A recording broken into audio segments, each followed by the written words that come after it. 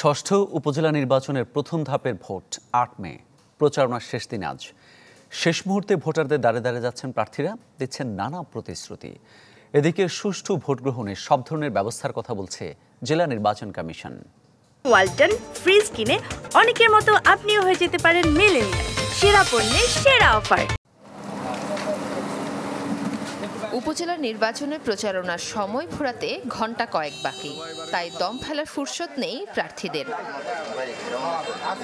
পাড়া মহল্লা গ্রামগঞ্জে সভা ও বৈঠক করছেন প্রার্থীরা। স্বপ্ন দেখাচ্ছেন এলাকার উন্নয়নের, ভোটারদের বাড়ি বাড়ি গিয়ে চাইছেন দোয়া।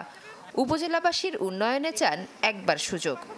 যদি আমাকে জনগণ নির্বাচিত করে তাহলে আমার চিরদিনই মন থাকবে এদের কথা। আমার পেশা এবং নেশাই হচ্ছে সমাজ সেবা করা। ব্রিজ, কালভার্ট, মসজিদ, মাদ্রাসা, শিক্ষা প্রতিষ্ঠান উন্নয়নের যে আকাঙ্ক্ষা রয়েছে, বাস্তবায়নের মাধ্যমে জামালপুর সদরকে স্মার্ট উপজেলা হিসাবে গড়ে তোলার প্রত্যয় নিয়েই আমি এই নির্বাচনে অংশগ্রহণ করেছি। ব্যাপক জনসমর্থনের কাছে সকল অপশক্তি পরাজিত হবে ইনশাল্লাহ, এবং আমি নির্বাচিত হয়ে মানুষের সেবা করব এবং এলাকার উন্নয়ন করব।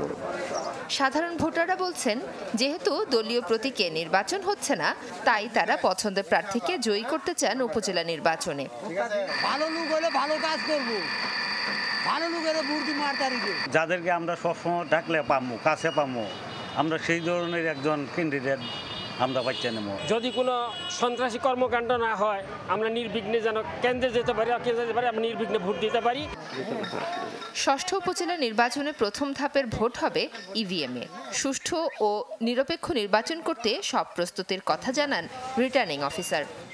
আমি আশা রাখি যে আমাদের যে প্রস্তুতি এখন পর্যন্ত আছে এবং সামনে যেগুলো করব, আশা করি আপনাদের সহযোগিতায় একটা অবাধ, সুষ্ঠু এবং নিরপেক্ষ নির্বাচন, অংশগ্রহণমূলক নির্বাচন আমরা দিতে পারবো বলে আশা ব্যক্ত করছি। আগামী ৮ মে ১৫২টি উপজেলায় হবে ভোট গ্রহণ। মাফতুহা মিলি, চ্যানেল 24।